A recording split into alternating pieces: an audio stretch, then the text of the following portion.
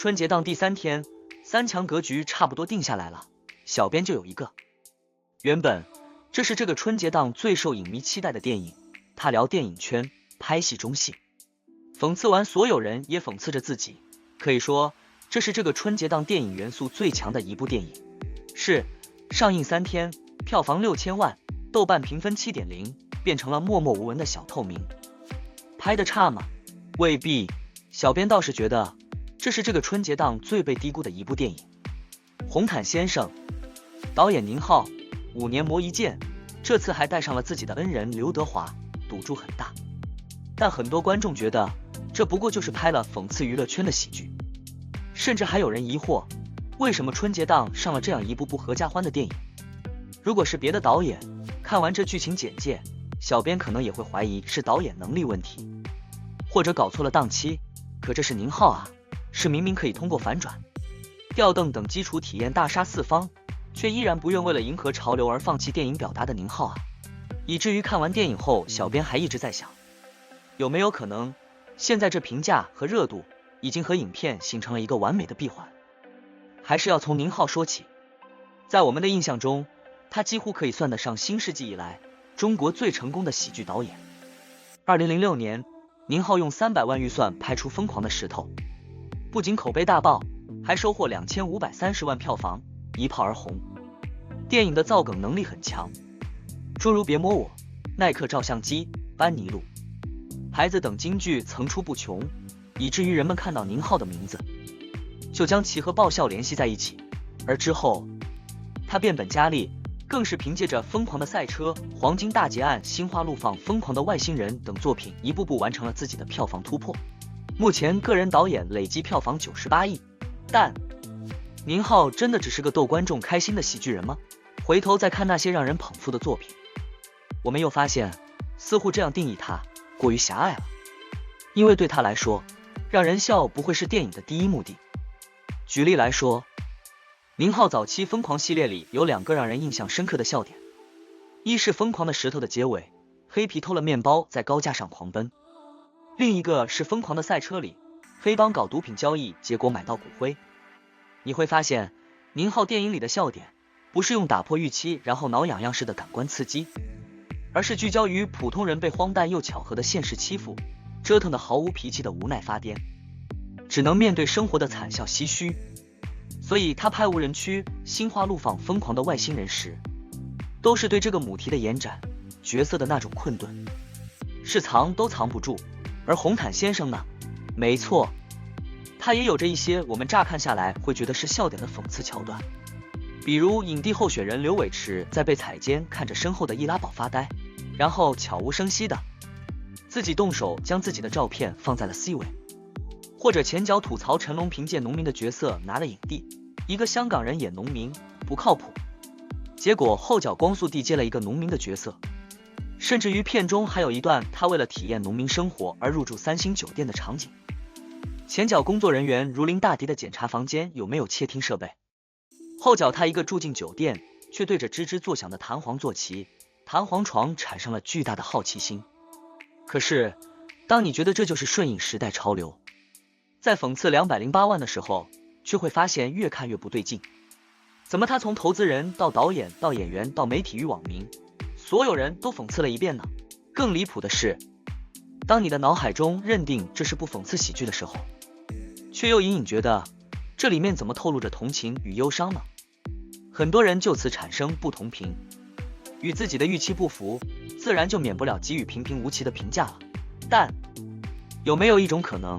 就是我们对其实讽刺喜剧的期待，和我们对宁浩爆笑大师的期待一样，都只是一厢情愿呢？红毯先生或许并不是想逗你笑，如果从另一个角度来理解红毯先生，或许你就会豁然开朗。一个词，沟通。没错，这部春节档的喜剧其实藏着一个很严肃的内核。电影开场，宁浩就向我们透露了鲜明的信号。第一个场景，一条竖线正在严丝合缝地丈量红毯的尺寸，然后喜庆的红毯以行军姿态徐徐打开，传递出一种神圣感。这是某一地域范围内关于电影艺术的最高嘉奖，所有人翘首以盼年度成绩。同时，一辆车经过，刮走了一块红毯，与铺红毯的工作人员毫无交流。第二个场景，刘伟驰与妻子隐婚后又隐离婚，前妻指责着他的种种问题，而他呢，遇到争执却从不面对，而是蹲了下来，用收拾东西来回避眼前问题，沟通无效。这两个场景其实已经很清晰地告诉了我们，如果你期待这是部揭露娱乐圈八卦隐私的电影，可能会让你失望了。它的本意不在于满足观众的窥私欲，而在于呈现状态以激起更广泛的思考。它是把观众当一盘棋局里的好对手和好知音，是邀请入局，用人生至此相当的知识积累去沉浸的高密度作品。说下小编觉得对于理解全片有关键引导效果的细节吧。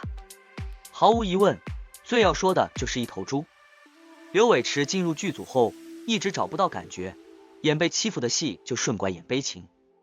被导演指出，真正的农民是很粗犷的，哪里会这么好捏就被人欺负，一点都不反抗。言下之意就说影帝不接地气，没有人味，说的再深刻点就是反人性。以刘的视线看，所有下层的人都应该如他的经纪人、助理一样唯唯诺诺，不敢二话。影帝也是有职业自尊心的，于是就让团队安排下乡体验生活，避开套路的地方干部招待。他闯进养猪户的猪棚，兴奋，他如获至宝，就拿手机拍各种猪的照片，觉得这就是生活的质感。与猪农称兄道弟，或赠一把杀猪刀。结果呢，车开出村口没多久，肚中蛔虫般的经纪人就把这把刀扔了，直插在蔬菜棚顶上，这本身就隐喻着赤裸裸的傲慢。而他带上的猪被导演夸奖，真实自然。于是一头猪升天成为5星酒店被逼无奈接收的宠物。用互联网黑话说，猪被影帝的光环和地位赋能了，一切朝着荒诞的路子大踏步前进。但导演聪明的在最后圆了回来，猪还是那只猪，不会因为赋能就变成人见人爱的宠物。但最后这头猪会吓坏戏里戏外所有人，他疯了，用狼奔使徒形容很恰当。他的结局就像一把向下坠落，直插棚顶的杀猪刀。为什么疯？从猪的视角看，他被架空，承担压力，成为工具猪。但另一方面，他又部分是刘伟驰焦虑、惶恐情绪的投射，无处话憋屈和难受。这是猪。第二个很重要的角色就是马。为了得到国际影展策展主席的青睐，刘伟驰以莱昂纳多的《荒野求生》为榜样，精心策划一出让评委看得到、会感动的高光场面，就是不用替身，骑马真摔。他传给主席，也上传到互联网上宣传惜赞。结果，生活在玻璃屋的他低估了群体情绪的云波诡谲，他成为虐马的坏人，电影被抵制，也失去入围的资格。他委屈，明明是努力、认真，怎么就成为失德、劣迹明星？要不要道歉？靠公关思维还是靠良知本能来解决？还是去电影院里看看？透露一下，被摔的马最后是出现在刘伟驰香港豪宅的院子里，就在树被砍的地面上踱步，似乎又暗示着娱乐至死的时代里，互联网上社死的另一面，在不为人知的缝隙里，真相躲进去喘息。第三就是树，电影开头就有一棵树被砍掉，那是影帝与前妻争执时他们的情绪投影。他活得如此分裂和焦虑，从结婚到离婚都是隐形状态，因此在亲密关系中爱的能力早就丧失，连孩子的生日都能忘记，哪怕萍水相逢，渴望获得一点短暂温存，却紧张兮兮，能把女孩房间里的扫地机器人当成偷拍的摄像头。树被砍掉，而日常与正常也从影帝身上砍走了不少。在结尾，他在隧道里看到好几辆货车拉着被砍掉的树，这一画面又说明红毯无处不在，影帝无处不在。只要本末倒置，追逐虚妄的身份感，就选择了被游戏规则修剪的必然性。就像看完电影后，小编的脑子里一直回旋波莱罗舞曲，作曲家拉威尔曾经自己这样介绍，他的旋律、和声和节奏始终如一，而用小鼓节奏连续不断的记忆强调，一个因素的多变化促成管弦乐的渐强。影片也是如此，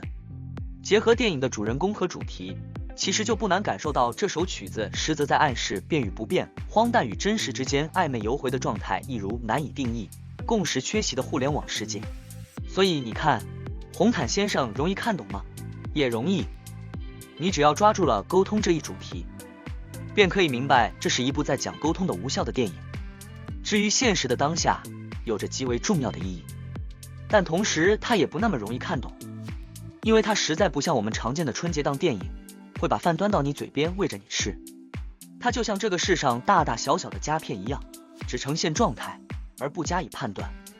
以至于让任何带着立场和偏见去看电影的观众都不会得到爽片式的满足。可小编觉得，相比于大大小小力求简单明白的商业大片，像红毯先生这样的电影似乎更加难能可贵。